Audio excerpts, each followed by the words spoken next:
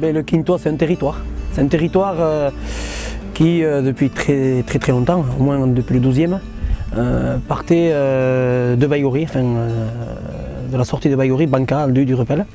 C'est un territoire indivis qui appartenait à la vallée d'Hérault et à la vallée de Baïgorry, donc géré par les deux. Et la propriété, donc, c'était le roi de Navarre qui gérait ça. Et donc le Quintois, ça vient de Quinta, 1 sur 5.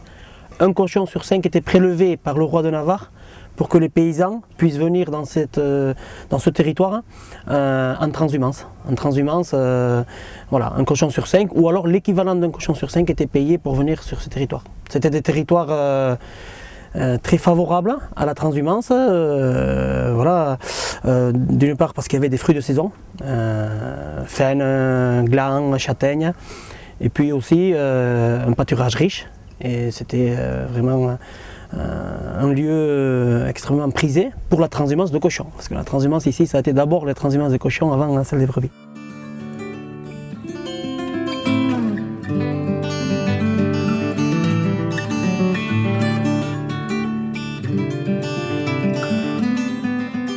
Une race qui peuplait toutes les montagnes du Pays Basque. Et puis voilà, comme beaucoup d'autres espèces ailleurs, des races plus productives ont pris le pas. C'était après la guerre, il fallait nourrir, bon, c'était ce vent-là de production, donc d'autres races plus productives ont pris le pas sur cette race locale. Et elle a presque disparu, jusqu'à qu'une poignée d'hommes passionnés reprennent un peu le flambeau dans les années 85-90. Puis se réapproprie toutes les techniques d'élevage, l'élevage en liberté, et puis avec cette race, c'est vraiment spécifique, quoi. C'est pas comme élevé dedans, et ça a été long. Il y a eu aussi rapatrier tous les spécimens. Il y avait des spécimens dans des zoos, dans des fermes pédagogiques, et donc il fallait les répatrier ici. Donc Pierre et les éleveurs, une dizaine d'éleveurs se sont activés autour de ce travail-là. Et après, on travaillait sur la conservation de la race, essayer de ne pas diffuser avec de la consanguinité, parce qu'il y avait un faible effectif. Donc ça repart de 30 truies, quoi. On repart une race de 30 truies alors qu'elle était très présente sur ces territoires il y a 50, 100 ans. 100 années. Donc voilà, donc conservation de la race, réappropriation de la technique, et puis voilà, petit à petit, structuration d'une filière. En 2001, il y a une association qui naît avec ensemble des acteurs, transformateurs, producteurs, engraisseurs, naisseurs, les producteurs fermiers, tous les gens qui sont intéressés, qui sont présents dans la vie de la filière, quoi. Donc voilà, c'est une association interprofessionnelle, tout le monde prend part, participe aussi au financement. Et donc on mène des actions avec cette filière, plusieurs actions, dont voilà, la promotion du Quintois, la conservation de la race, l'appui technique auprès des éleveurs, le projet AOC Quintois. Voilà, donc c'est une race qui a été sauvée par les hommes, et puis le but c'est que justement que cette race maintenant rende aux hommes, enfin on travaille l'un pour l'autre, quoi, et puisse faire vivre nos exploitations, nos petites fermes sur ce territoire et sur tout le Pays Basque, puisque c'est le territoire de production, avec quelques cantons limitrophes, c'est le territoire de production du porc basque.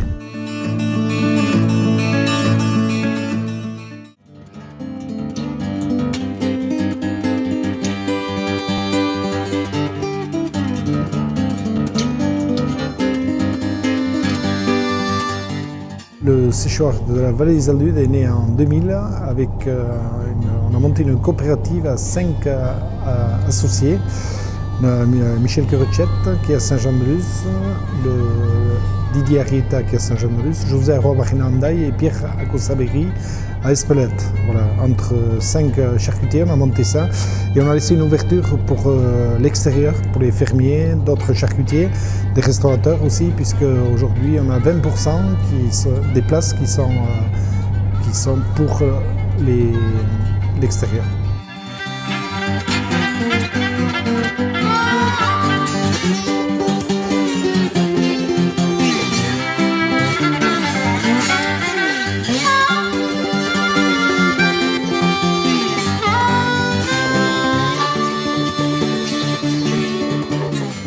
Aujourd'hui, on a mis un outil en place pour bien travailler le jambon, puisque je pense que le métier jambon, c'est un des rares métiers, je pense moi, ou si on n'a pas l'outil, c'est-à-dire un jambon, tant qu'il est frais, il faut respecter les pH, il faut respecter la viande fraîche, tout le déroulé.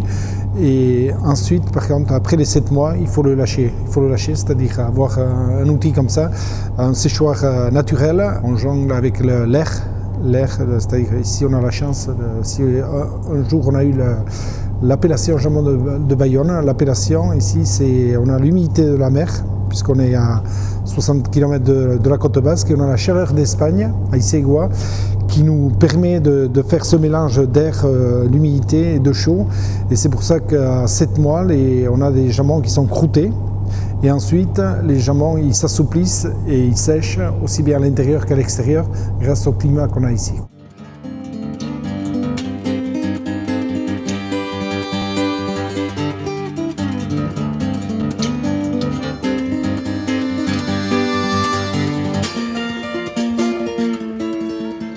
Au séchoir, en 2000, on avait fait 15 000 places.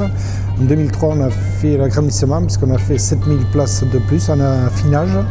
Et bon, l'an dernier, en 2010, on a doublé puisqu'on a 45 000 places de jambon. Et actuellement, on a à peu près 30 000 jambons qui sèchent.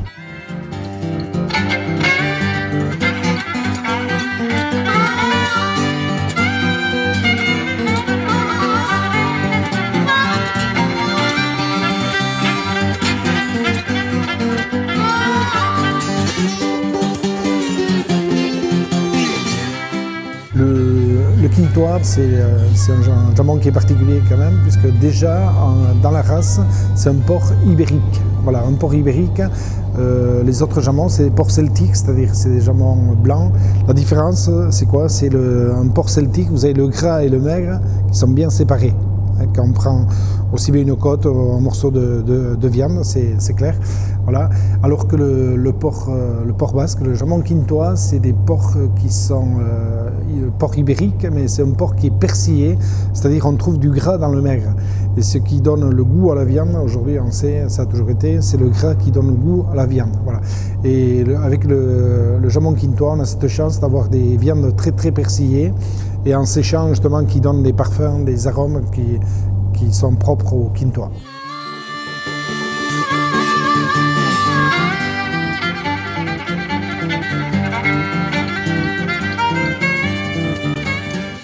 La particularité de quintois, c'est le temps. Voilà. Le quintois, c'est tout le contraire de ce qu'il faut faire dans une entreprise. Une entreprise, il faut aller vite, il ne faut pas de stock, il faut du rendement. Et le quintois, c'est malheureusement tout le contraire, mais tout le contraire qui font le bonheur de tout le monde, puisqu'il faut le temps de le lever, il faut le temps de l'affiner, de le faire. Voilà, c'est puisque entre le porcelet quiné et la tranche qui est servie à table, il faut pratiquement compter entre 2 ans et demi, 3 ans. Quoi.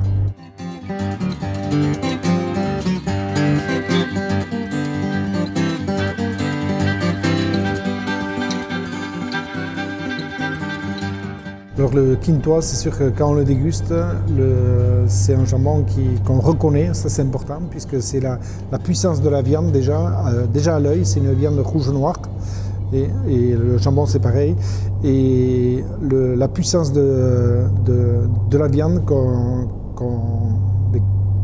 on l'a enregistré, même au nez, on le reconnaît. Alors, quand on sonde un jambon de la vallée des Aldus, un jambon quintois, c'est sûr qu'au nez, on sait lequel, même les yeux fermés, on va faire la différence, parce que cette puissance de viande où le quintois est marqué par ce qu'il est, quoi. Ça c'est important.